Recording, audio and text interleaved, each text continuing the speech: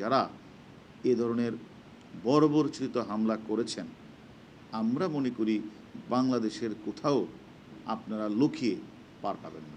তারা হইচই করছে, দৌড়াদৌড়ি করছে, তখন উনি তাড়াহুড়া করে উনি দনিয়া কলেজের পাশ দিয়ে যাওয়ার একটা চেষ্টা করেছিলেন। তখন এই জামাত বিএনপি সদস্যরা তাকে ধরেছেন, ধরে তাকে প্রথম পিটালেন। তার কাছ থেকে তার একটা পকেটের পাশে একটা ছিল, ওয়াইনসন মেডেন ইউএসের একটা রিভলভার ছিল। এই রিভলভারটা প্রথম নিয়ে গেলেন, তারপরে তার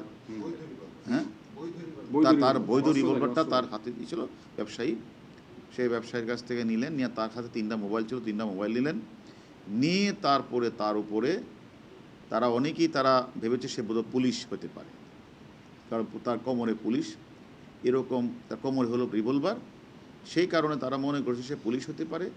আবার কেউ কেউ বলছে সে যেহেতু রিভলভার নিয়ে আসছে সে নিশ্চয়ই আমাদেরকে মারার, এরকমভাবে তাকে এই দনিয়া কলেজের পাশ থেকে রাস্তায় নিয়ে তারপরে বেদম পিটের পর 1-1.5 কিলোমিটার তাকে টেনে নিয়ে গেল, যেটা আমরা ছবিতে দেখলেন।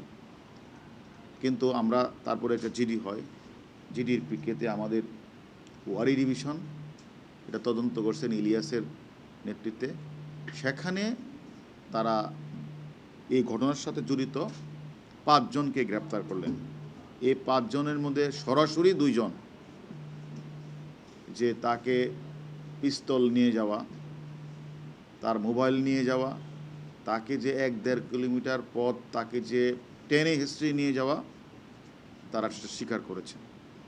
এবং আমরা এই যে বৈধ রিভলভারটা উদ্ধার করেছি, মোবাইলগুলি উদ্ধারও হয়ে যাবে, এবং আমরা যে নিখোঁজ যে মানুষটা, আমরা তার সন্ধানটা আমরা এখনও পাইনি, তবে আমরা ধারণা করছি সে মেবি বেঁচে নেই। এটা একটা যে আপনারা দেখেছেন যে একটা কি পরিমাণ যে একটা পৈশাচিক কায়দায় যে একটা নির্যাতন, তারা কোঠা বিরোধী আন্দোলন করছে, এটাকে ঘিরে জামাত বিএনপি চক্র, তারা তো কোঠার লোক না, তারা তো ছাত্র না, তারা হঠাৎ করে এই যাত্রাবাড়ি ধুনিয়া এলাকায় যারই পেয়েছে, এমনকি দেখেছেন আমাদের একজন পুলিশ সদস্যকে জ্বলিয়ে তারা হত্যা করেছে। আর একজন পুলিশ সদস্যকে আপনি এখানেই দেখেছেন, সে তার চুল ছোটো, এটা ধরে তাকে তুমি পুলিশ বলছে হ্যাঁ, এরপরে তাকে বেদম পিটিয়ে তাকে হাসপাতালে ভর্তি করেছে।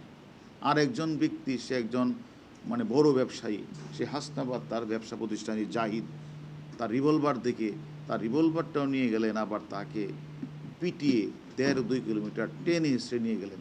এটা তো আসলে 71 সালে যে স্বাধীনতা বিরোধী চক্র যারা ছিল, তারাও এরকমভাবে পৈশাচিকদের মানুষের উপরে হামলা করে নেয়।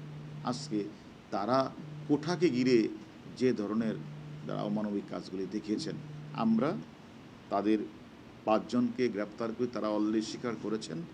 আরও অনেকের নাম আমরা বলেছেন। আমরা মনে করি পুলিশকে যারা ঝুলিয়ে হত্যা করেছে তাদের অনেককে আমরা গ্রেপ্তার করেছি। যারা বিভিন্ন ভবনগুলিতে, সেতু ভবনে আগুন লাগিয়েছে, ভিডিও ফুটেজ দেখে তাদেরকে আমরা গ্রেপ্তার করেছি। আমরা মনে করি ঢাকা শহরের বিভিন্ন অঞ্চলগুলিতে সরকারি বেসরকারি স্থাপনায় পুলিশ সদস্যদের উপর হামলা এবং আমাদের পুলিশের স্থাপনায় যারা এ ধরনের বর্বরচিত হামলা করেছেন, আমরা মনে করি বাংলাদেশের কোথাও আপনারা লুকিয়ে পার পাবেন না।